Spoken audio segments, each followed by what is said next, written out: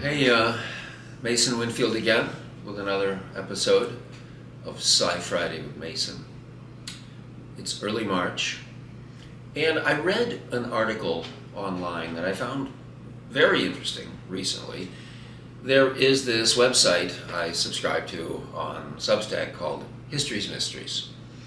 And one of the recent articles was called The Werewolves of Coita. I think that's how you pronounce it. It's basically a very contemporary story, like 2019 and 2020, about a mass flap of sightings. And flap is a technical term. When people start talking about something paranormal and everybody's talking about it, a flap it's a acceptable term. So this, first of all, I've got to tell you a little bit about this town they call Coita, and I don't speak Spanish. I just hope my pronunciation is respectable. The city itself, it's actually a city. It's got 95,000 people, and it's way at the bottom of Mexico. And Mexico kind of narrows down and then kind of funnels, and it overlaps into Maya territory, and it's a very interesting region, but it's way down at the southern bottom of Mexico. And the environment is very, the geography is very mixed. You'll have plains and woods and mountains, and not that far from the ocean. It's remarkable.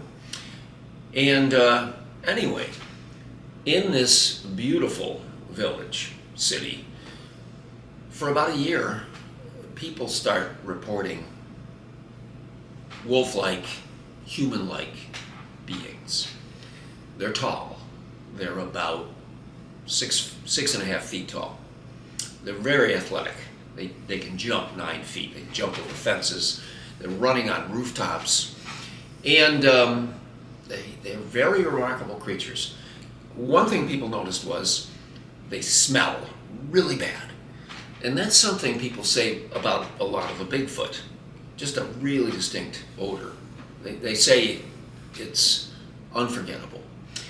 And these critters, they showed up at night, and I'm not sure there was more than one, but there was certainly many more than one sighting. And I get the feeling there may have been multiple critters sometimes, more than one at a time.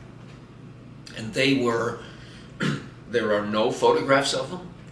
There are no audio recordings because they were said to howl at night. They were really scaring people.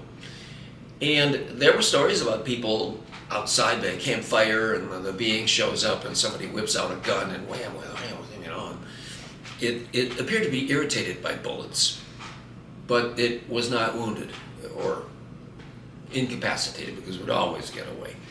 And there were reports from very responsible citizens, including a policeman. So what do we make of this? This sudden flap of sightings in its region and in its culture. Well, this village is very much at the outskirts of Mexican society. It's not Mexico City. It's not the resort area too much.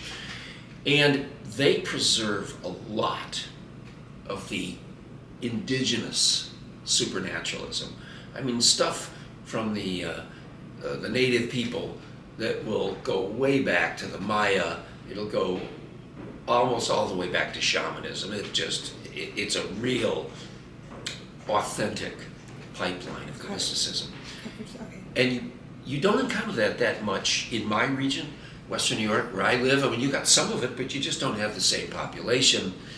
You have a lot of people who aren't preserving the ancient traditions. Down there, you've got a lot who are. So if there is going to be any place where the shape-shifting, whatever that might mean in practice, whatever that means, if there is a place for that, Coita. Is that how you say it again?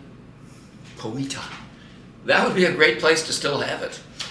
And the shamans, the indigenous shamans, they are espousers of a rather widespread practice called Nahualism. I believe they would pronounce it that way.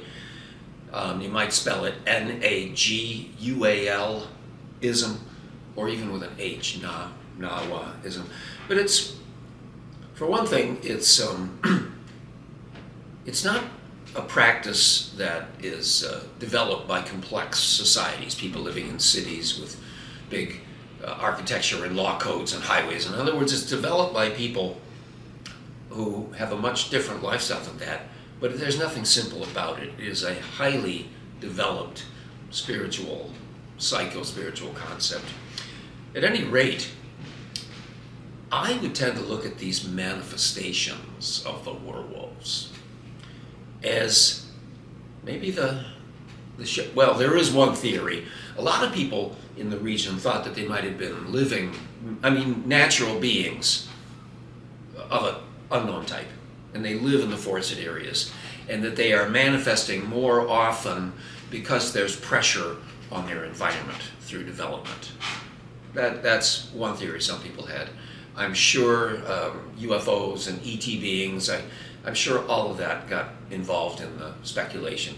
I'm sure the werewolf, the idea of the human being who can turn into a nasty, predatory, semi-human being, I'm sure that got into the mix. Just for me, though, the creatures appear to have a little bit of gestures of material existence, like footprints, the smell. But I don't think that means they were all the way material. I still can't help but go back to the idea that maybe they were some projection of an alternate persona of a shaman, a brujo, a wizard, a witch, someone lying there in trance somewhere and deciding to make a point, and out comes the animalistic, the totem being out just walking around a little bit. And that theory of mine, that these could be projections of the unconscious mind of a living person, that holds water. And it holds water not only there in Coita, but it holds water with similar apparitions that I've heard of in my native region of Western New York, among the Six Nations people, the Longhouse people, the Seneca, the Tuscarora of our region. We have a few Cayuga. So anyway, just to leave you a little food for thought there, and thanks to History's Mysteries for an interesting article, and we'll see you next time.